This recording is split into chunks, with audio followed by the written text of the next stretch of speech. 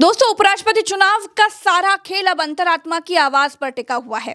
India के उम्मीदवार B Sudarshan Reddy ने जब से अंतरात्मा की आवाज से वोट करना ये अपील कर दी है, तब से दोनों तरफ ही घबराहट है। अब अंतरात्मा की आवाज पर क्या हो जाएगा ये तो कल पता चलेगा, लेकिन सबसे पहले आप ये जान लीजिए कि कल सुबह 10 बजे से उपराष्ट्रपति चुनाव शुरू होगा। उसके बाद 5 बजे तक ये चुनाव रहेगा, यानी कि वोटिंग शुरू 10 बजे से होगी और 5 बजे तक वोटिंग चलेगी। 6 बजे से काउंटिंग होगी और 6 साढ़े 6 बजे तक लगभग पता चल जाएगा कि क्या होने जा रहा है। जिनसे जो चीज का इंतजार था वो पता चल जाएगा। उपराष्ट्रपति चुनाव में अभी भी हालत खराब है, एनडीए की भी और इंडिया की भी। इंडिया की इसलिए कह रही हूं क्योंकि उनकी कैलकुलेशन पूरी तरीके से साम दाम दंड भेद चल रही है और इधर एनडीए बहुत घबराए हुए हैं, क्योंकि जैसे ही बी सुदर्शन रेड्डी ने यह अपील करी कि तमाम सांसद अंतरात्मा की आवाज पर वोट करना, तैसे ही एनडीए से यानी बीजेपी से रविशंकर प्रसाद को सामने आकर प्रेस कॉन्फ्रेंस करनी पड़ गई और उनको यह बात कोट करनी पड़ गई कि बी सुदर्शन रेड्डी अंतरात्मा की आवाज पर वोट करने के लिए कह रहे। तो समझ लीजिए, बस उन्होंने ये नहीं कहा कि गुरु अंतरात्मा की आवाज मत सुनना, हमको वोट करना, बाकी उनको जो कहना था सब कुछ कह डाला। रविशंकर प्रसाद ने क्या कहा वो आपको सुनाऊंगी, लेकिन सबसे पहले इस तस्वीर को देख लीजिए, क्योंकि कल जो उपराष्ट्रपति चुनाव होने वाला है उसमें जो वोट पड़ने वाले हैं वो कैसे पड़ेंगे, क्या पड़ेंगे, उसकी आज मॉक ड्रिल थी। एक तरह की तैयारियां थी। देखिए, तमाम सब सांसद आपको दिखाई दे रहे होंगे, चेयर्स पर बैठे हुए हैं और कल जो वोटिंग होने वाली है वो ठीक तरीके से हो, उसमें कोई गड़बड़ी ना हो, सबको सब कुछ पहले से पता हो। क्योंकि ये जो वोट होता है, ये उपराष्ट्रपति चुनाव वाला, ये हर चुनाव से अलग होता है। इसमें वरीयता देखी जाती है, प्रथम वरीयता और द्वितीय वरीयता। तो उसका जो मॉक ड्रिल की तस्वीर है वो हम आपको दिखा रहे हैं। अखिलेश यादव नजर आ रहे होंगे, रामगोपाल यादव, धर्मेंद्र यादव, आपको ये खड़गे साहब दिख रहे होंगे और सोनिया गांधी दिख रहे होंगे, तमाम सांसद आपको दिख रहे हैं। एक और तस्वीर ये सामने आई है मॉक ड्रिल की, ये थोड़ी दूर की तस्वीर है। इसमें भी देखिए कि सब बैठ करके चीजें समझ रहे हैं, देख रहे हैं कि कल किस तरीके की वोटिंग होने वाली है, ताकि 10 बजे से लेकर 5 बजे तक की जो वोटिंग होगी वो सही तरीके से हो। तो देखिए, सोच सब चुके हैं, समझ सब चुके हैं कि क्या करने वाले हैं। अब यही रात अंतिम, यही रात भारी, किसकी कितनी तैयारी, बात करेंगे भरत जी से। भरत जी हमारे साथ हैं, कैसे हैं भरत जी? प्रज्ञा जी, मैं एकदम बढ़िया। और आपके दर्शकों के लिए एक सूचना है, बड़ी सूचना ये है कि बीआरएस ने और बीजू जनता दल ने, बीजेडी ने, इन दोनों ने वोट ना करने की बात कही है। इन दोनों के हवाले से खबर आ रही है, हालांकि सूत्र कह रहे हैं ये खबर, अब कल क्या करते हैं ये नहीं मालूम है, लेकिन इन दोनों ने भारतीय जनता पार्टी का साथ ना देने का मन बना लिया है। यानी ये वोट ही नहीं करेंगे, ना तो एनडीए को करेंगे ना तो इंडिया को करेंगे प्रज्ञा जी। और ये दोनों लोग कल वोट नहीं कर रहे हैं, ये बड़ी खबर निकल कर आ रही है। और दूसरी बड़ी खबर ये निकल कर आ रही है जिसने भारतीय जनता पार्टी को थोड़ा सा परेशानी में डाल दिया है, क्योंकि नड्डा जी और प्रधानमंत्री नरेंद्र मोदी जी के जो डिनर बैक टू बैक रद्द हुए और उसके बाद अब जब बी सुदर्शन रेड्डी ने यह कह दिया है कि अंतरात्मा की आवाज सुनकर वोट करना चाहिए, क्योंकि कल का जो चुनाव है वो बदले का चुनाव है प्रज्ञा जी। वो कल का चुनाव है, वो कांग्रेस के एहसान उतारने का भी चुनाव है। जैसे राजीव प्रताप रूढ़ी को कांग्रेस ने सपोर्ट किया, तब वो कॉन्स्टिट्यूशन क्लब वाला चुनाव जीते। भारतीय जनता पार्टी से ही 2 उम्मीदवार खड़े थे और दोनों के बीच तलवारें खिंची हुई हैं। और आज की तारीख में जाट वर्सेस ठाकुर हो चुका है। उत्तर प्रदेश में भी इसका असर दिखेगा। इस चुनाव से पहले ही ये तलवारें खिंचती नजर आ रही हैं और बिहार में इसका असर दिखाई देगा। अलग बात हो गई। लेकिन राजीव प्रताप रूढ़ी क्या कांग्रेस का एहसान इस चुनाव में चुकाएंगे? क्योंकि ये चुनाव भी प्रज्ञा जी सिंबल पर नहीं है, ये चुनाव भी अपनी आवाज, दिल की आवाज सुनकर वोट करने वाला चुनाव है। इस चुनाव के भीतर वोट जो पड़ेंगे वो किसी को दिखलाई नहीं देंगे कि किसने किसको वोट किया। बिल्कुल। तो इसीलिए राजीव प्रताप रूढ़ी को जब कांग्रेस ने जितवाया, तो क्या राजीव प्रताप रूढ़ी एक गुट के साथ कांग्रेस समर्थित उम्मीदवार के बी सुदर्शन रेड्डी को वोट करेंगे? क्या तेलंगाना और आंध्रा में मौजूद 11 रेड्डी सरनेम वाले सांसद बी सुदर्शन रेड्डी को वोट करेंगे? क्या नरेंद्र मोदी जी से नाराज, नरेंद्र मोदी जी की पार्टी में उनके दबाए हुए, या फिर जो मुखर होकर सामने नहीं आ पाते हैं, या बहुत समय से बदला लेने की ताक में बैठे हुए सांसद कल एनडीए छोड़ इंडिया की तरफ वोट कर देंगे? क्या नायडू क्षेत्रीयता के आधार पर बी सुदर्शन रेड्डी को वोट देंगे? क्या वाईएसआरसीपी क्षेत्रीयता के आधार पर, तेलुगुलिज्म के आधार पर बी सुदर्शन रेड्डी को वोट करेंगे? क्या इस देश के जितने भी मुस्लिम सांसद हैं जो एनडीए के खेमे में हैं, प्रज्ञा जी, क्या कल वो अपनी अंतरात्मा की आवाज़ सुनेंगे? क्या नीतीश कुमार के लोग या नीतीश कुमार या भारतीय जनता पार्टी को समर्थन देने वाले वो सांसद जो भीतर ही भीतर नाराज थे, लेकिन ईडी, सीबीआई, इनकम टैक्स, इन सब की डर की वजह से कुछ नहीं कह पा रहे थे, क्या वो कल अपने अंतरात्मा की आवाज़ सुन लेंगे? और प्रज्ञा जी, अगर ऐसा होता है तो ये भारत देश के इतिहास में दर्ज हो जाएगा कि नरेंद्र मोदी सरकार में, जब लोग नरेंद्र मोदी सरकार और नरेंद्र मोदी की सरकार में जो दो लोगों की चल रही है उससे जब परेशान हुए तो एक ऐसा मौका आया जिसने अंतरात्मा की आवाज़ को सुनने का अवसर दिया, तो उन लोगों ने अपने अंतरात्मा की आवाज़ सुनी। ये बात बाहर कैसे आ गई, भारतीय जनता पार्टी की बहुत ज़्यादा इस पर जो है तिलमिला क्यों गई, वो इसलिए साफ नज़र आ गया क्योंकि इससे पहले बी सुदर्शन रेड्डी ने एक मैसेज जारी किया था और कहा था कि आप सब अपने अपने अंतरात्मा की आवाज़ को सुनिए और उसको देखिए, देश को देखिए। मैं किसी पार्टी का उम्मीदवार नहीं हूं, मैं किसी पार्टी से नहीं हूं, ये उन्होंने कहा है। अब उनको सुन लेते हैं। सबसे पहले आपको उनको सुनना चाहिए, फिर आगे बढ़ते हैं। ये देखिए, इंडिया के उम्मीदवार बी सुदर्शन रेड्डी क्या अपील कर रहे हैं, सुनिए। नहीं है, मैं आपके अंतरात्मा को और आपके सोच विचार को मर्यादा रखते हुए कुछ शब्द आपसे कहना चाहूँगा। अंतरात्मा की बात कह रहे हैं। क्यों मैं आपसे ये बात करना चाह रहा हूँ, मुझे बताने की ज़रूरत नहीं है। अभी उपराष्ट्रपति के चुनाव 2-3 दिन में आने वाले हैं और मैं आप सबसे दरखास्त करूँगा, अपने पार्टी के हित में नहीं लेकिन देश के हित में सोच समझकर आप मतदान करिए। मुझे पूरा विश्वास है आप जो भी निर्णय लेंगे वो मेरे हित में और आपके हित में नहीं लेकिन देश के हित में आपका निर्णय होगा। जो भी आपका निर्णय होगा मैं स्वीकार करने के लिए तैयार हूँ। ये देश आपकी है, मेरी है और अपने सबकी है।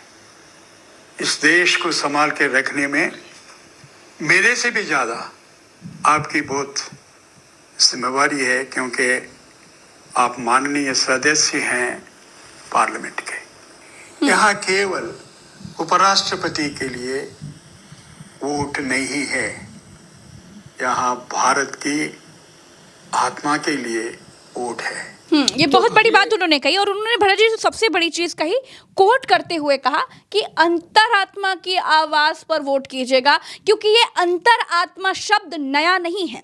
इसके पहले भी अंतरात्मा की आवाज पर किया गया वोट क्या चोट करता है ये भाजपा को पता है बहुत अच्छी तरीके से। और अब जब बी सुदर्शन रेड्डी जो कि इंडिया के उम्मीदवार हैं, उन्होंने ये बात कह दिया है कि अंतरात्मा की आवाज पर वोट करिएगा, आप लोग सब माननीय सांसद हैं, भारतीय जनता पार्टी को ये बड़ी बात है।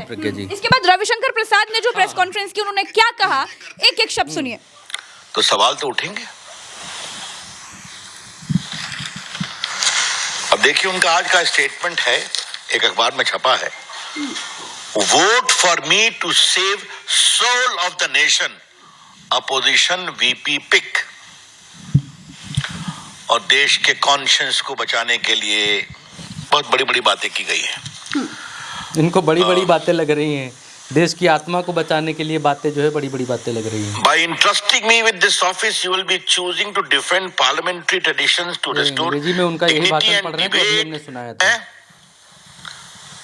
लालू प्रसाद से पता होगा। ये है उनका कमेंट जो अखबार में आया है और उन्होंने वीडियो रिलीज किया है।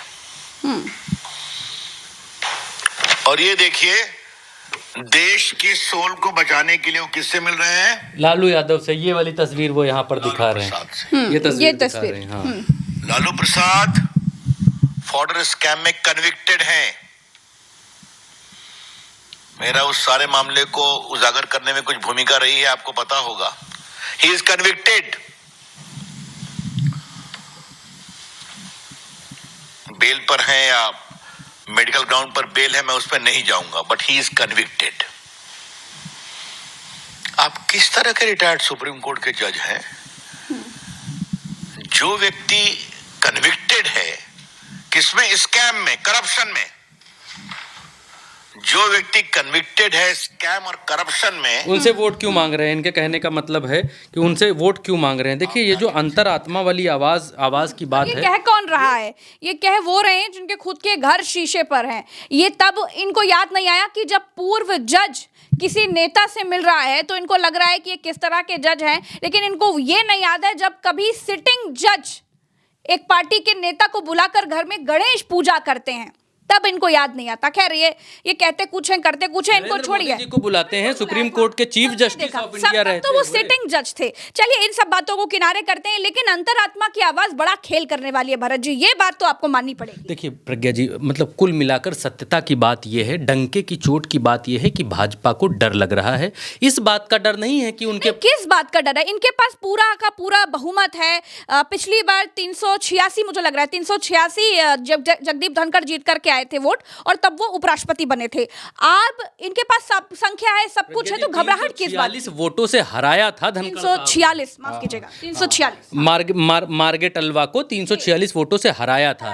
तब 2022 में तब विपक्ष की ताकत कमजोर थी संसद के भीतर, और अब विपक्ष मजबूत है। इतना मजबूत है कि नरेंद्र मोदी को अपनी बैसाखियां टूटने का हमेशा डर रहता है, इसमें कोई दो राय नहीं है, और इसीलिए उन बैसाखियों को बचाए रखने के लिए प्रयास करते रहते हैं। और कभी, लेकिन इस बार तो इनके पास पूरी संख्या है, तो डर घबराहट किस बात की? जी प्रज्ञा जी, वही मैं दर्शकों को आपके आसान भाषा में आपको बता देता हूँ। नंबर भारतीय जनता पार्टी और एनडीए के साथ पूरे हैं, नंबर पूरे हैं, नंबर में कोई दिक्कत नहीं है। 100 नंबर ज़्यादा हैं इंडिया से आज की तारीख में। लेकिन मसला है, जो आपने अंतरात्मा वाली आवाज़ छेड़ी है, तो भारतीय जनता पार्टी में गुजरात लॉबी से नाराज़ बहुत सारे सांसद हैं प्रज्ञा जी, बहुत सारे सांसद हैं जो भारतीय जनता पार्टी से नाराज़ हैं। एनडीए में बहुत सारे ऐसे दल हैं जो भारतीय जनता पार्टी के खिलाफ बोल नहीं पाते हैं। नरेंद्र मोदी जी से पंगा लेने की हैसियत नहीं है, शाह के खिलाफ बोलने की हिम्मत नहीं है, उनके डिसीजंस को ना करने की उनकी हिम्मत नहीं है। चाहे वो वक्फ वाला कानून ले आए, भी नायडू को बोलने की हिम्मत नहीं है, नीतीश को बोलने की हिम्मत नहीं है, नहीं बोल पाते हैं वो, क्योंकि जो सरकार में है, सत्ता में है भारतीय जनता पार्टी, उसके पास सारा कुछ सामधाम दंडभेद, ईडी सीबीआई, इनकम टैक्स सब कुछ है। लेकिन ये जो मौका है, ये इसलिए लोग भारतीय जनता पार्टी भी इसलिए डरी हुई है, और इस देश के पत्रकार भी इस बात को बार बार इंगित इसीलिए कर रहे हैं प्रज्ञा जी, कि ये जो मौका है ये बहुत समय के बाद आया है, जब आप सीधे नरेंद्र मोदी और अमित शाह से बगावत भी कर सकते हैं और उनको मालूम भी नहीं चलेगा, जब आप सीधे अपने मन से चुने किसी प्रत्याशी को चुन भी सकते हैं और उनको मालूम भी नहीं चलेगा, जब आप मोदी और शाह के खड़े हुए प्रत्याशी को वोट नहीं भी दे सकते हैं, ना देकर अपनी ताकत भी दिखा सकते हैं नरेंद्र मोदी और अमित शाह को, तब ये इसलिए अंतरात्मा की आवाज़ है। और इसीलिए भारतीय जनता पार्टी घबराई हुई कि इतने साल से उन्होंने जिस तरीके से सरकार चलाई है, जिस तरीके से चीज़ें की हैं, टिकट बंटवारे में हो, कुछ भी हो, अपनी चलाई है, अपनी सब कुछ की है, तो जो नाराज़ लोग हैं उनका बदला लेने का समय ये है, और वो ले सकते हैं, वो अपनी आवाज़ सुन सकते हैं, यानी कि क्रॉस वोटिंग कर सकते हैं। यही डर है, यही डर, क्रॉस वोटिंग का डर ही एनडीए को सता रहा है। फिलहाल हमने वरिष्ठ पत्रकार केपी मलिक जी से भी इस बारे में बात करने की कोशिश की, हमने समझने की कोशिश की कि क्योंकि उन्होंने जीवन का बहुत साल संसद को कवर करते करते गुजार दिया है। अब उनसे जब हमने ये जानना चाहा कि आपके सूत्र क्या कहते हैं, आपका अनुभव क्या कहता है, आखिर क्या होने जा रहा है, कौन साथ आएगा, कौन साथ नहीं आएगा, तो उन्होंने दर्जनों ऐसे सांसदों के बारे में बताया जो एनडीए के साथ नहीं रहने वाले हैं, या फिर क्रॉस वोटिंग करने वाले हैं, या फिर बगावत करने वाले हैं। पहले आप उनको सुनिए और समझिए कि उपराष्ट्रपति चुनाव में खेल कैसे बदलने वाला है। सुनिए केपी मलिक क्या कह रहे हैं। आज रात यानी कत्ल की रात जा रहा है फिर तो वो किसका होगा, तो वो तो आप देखते हैं, कत्ल कोई ऐसा सचमुच वाला कत्ल नहीं होता, सियासी कत्ल भी हो जाता है। सियासी कत्ल, अगर आपकी सियासी कत्ल की रात है ये, तो आप ये देखिए कि नड्डा जी का डिनर जो था, कई लोग मूछ बना के बैठे हुए थे कि भाई पकवान खाएंगे, वो बेचारे रह गए भूखे। उसके बाद ये था कि चलिए कोई बात नहीं, नड्डा जी का चला गया तो प्रधानमंत्री के साथ कुछ भोज हो, अब वो भी जाता रहा। अब बताया गया कि बाढ़ आ गई है देश में और बड़ी चिंताएं हैं भारतीय जनता पार्टी को बाढ़ ग्रस्त क्षेत्र की लोगों की, और वहां सब चले गए हैं। और बाढ़ तो शायद बनारस में भी आई हुई है। बाढ़ तो इधर हमारे यहाँ मथुरा में, दिल्ली में भी चल रही है। हमें तो दिल्ली में भी कई जगह पानी भरा हुआ है, सांसदों का तो अता पता नहीं है। तो ये जो डिनर कैंसिल हो रहे हैं, इसका कारण अभी तक समझ में आम लोगों को नहीं आया है।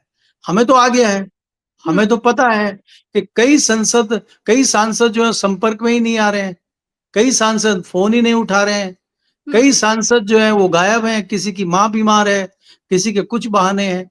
तो ये हुआ कि भाई अगर लोग नहीं आएंगे तो और ज्यादा इंसल्ट होगी, तो लिहाजा कैंसिल कर दिया जाए। और आपने देखा कि जिस प्रकार से समाजवादी पार्टी के सांसद को चाणक्य जी बधाई दे रहे हैं उनके जन्मदिन की, इससे बढ़िया मौका क्या हो सकता है? इससे बढ़िया तरीका क्या हो सकता है?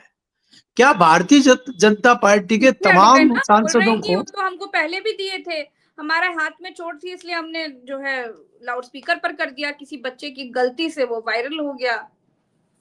नहीं वो तो अब उनको लगा है कुछ पीछे से कुछ मामला हुआ होगा इसलिए वो सफाइयां दे रहे हैं। बिना उनकी अनुमति के कैसे कोई रिकॉर्ड कर लेगा? उन्हीं के सामने खड़ा होकर रिकॉर्ड कर रहा है, सर ऐसे अब तो उनको क्या? आखिरी रात है, आज ही की रात, मतलब बिल्कुल भारी रात है, आज ही की रात जो कश्मकश, जो तैयारियां जो होनी है वो आज ही की रात हो सकती है। मैं आपसे ये जानना चाहती हूँ कि आज की तारीख में आपको कितने लोग साथ में दिख रहे हैं और कितने लोग साथ छोड़ चुके हैं, ऐसा दिख रहा है? देखिए प्रज्ञा जी, ऐसा तो फॉर्मूला, ऐसा पैमाना तो किसी के पास भी नहीं है कोई बता दे कि कितने लोग साथ हैं कितने छोड़ चुके हैं। यहाँ बीजेपी दोनों तो ही बिल्कुल चीजें। बैक स्टेप ही ले लिया, बैक फॉरवर्ड आ गए, बीजेडी वोट ही नहीं करेंगे बोल दिया। प्रज्ञा जी देखिए, मैं अगर पहले आप भारतीय जनता पार्टी की बात करिए ना, एनडीए के सहयोगी दलों को थोड़ी देर के लिए भूल जाइए आप। अच्छा, भारतीय जनता पार्टी के कितने सांसद हैं जो वोट करेंगे पक्ष में? भाई वो जो आपके रूडी जी हैं उनके भी तो ग्रुप के लोग हैं, रूडी जी भी तो भारतीय जनता पार्टी के ही हैं, वो कोई बीजू जनता दल के थोड़े ही हैं। तो उनका जो ग्रुप है, वो जो लोग हैं, ये जो लोग कॉन्स्टिट्यूशन क्लब में चुनाव लड़े थे, ये किधर देंगे वोट? चाणक्य जी बता नहीं पा रहे हैं कुछ।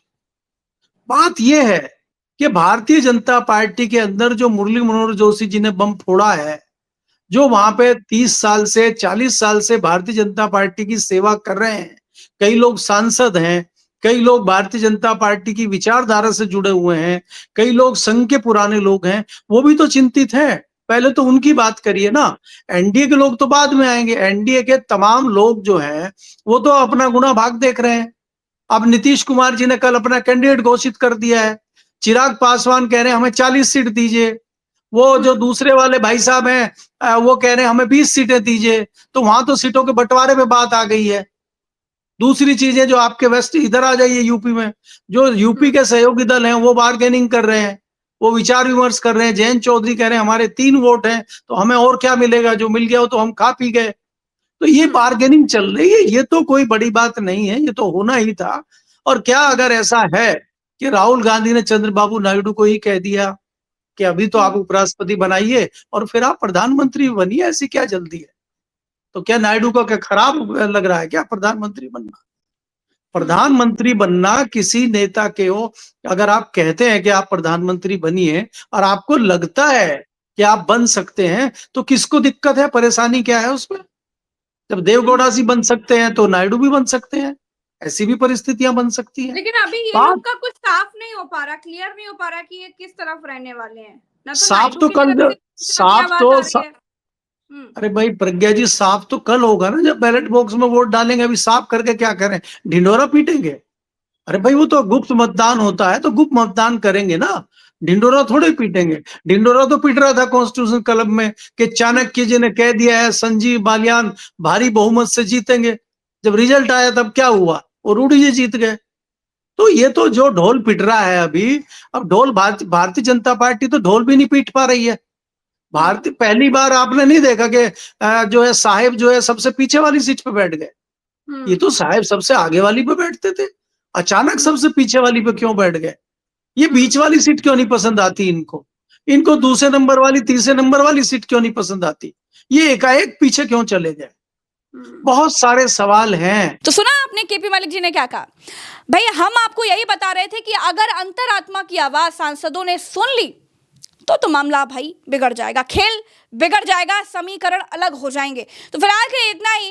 कल क्या होगा कल बताएंगे। सुबह से ही हम लगातार जुड़े रहेंगे क्योंकि सुबह 10 बजे से लेकर शाम 5 बजे तक वोटिंग चलेगी और हम आपके साथ लगातार छोटी छोटी खबरों से लेकर बड़ी बड़ी खबरों तक सब कुछ आपको पहुंचाते रहेंगे। इसके लिए चैनल को सब्सक्राइब कीजिएगा, हमारे साथ जुड़िएगा। सुबह सवेरे 10 बजे से ही उल्टा चश्मा यूसी खोल लीजिएगा और देखिएगा कि आखिर वोटिंग में क्या कुछ हो रहा है।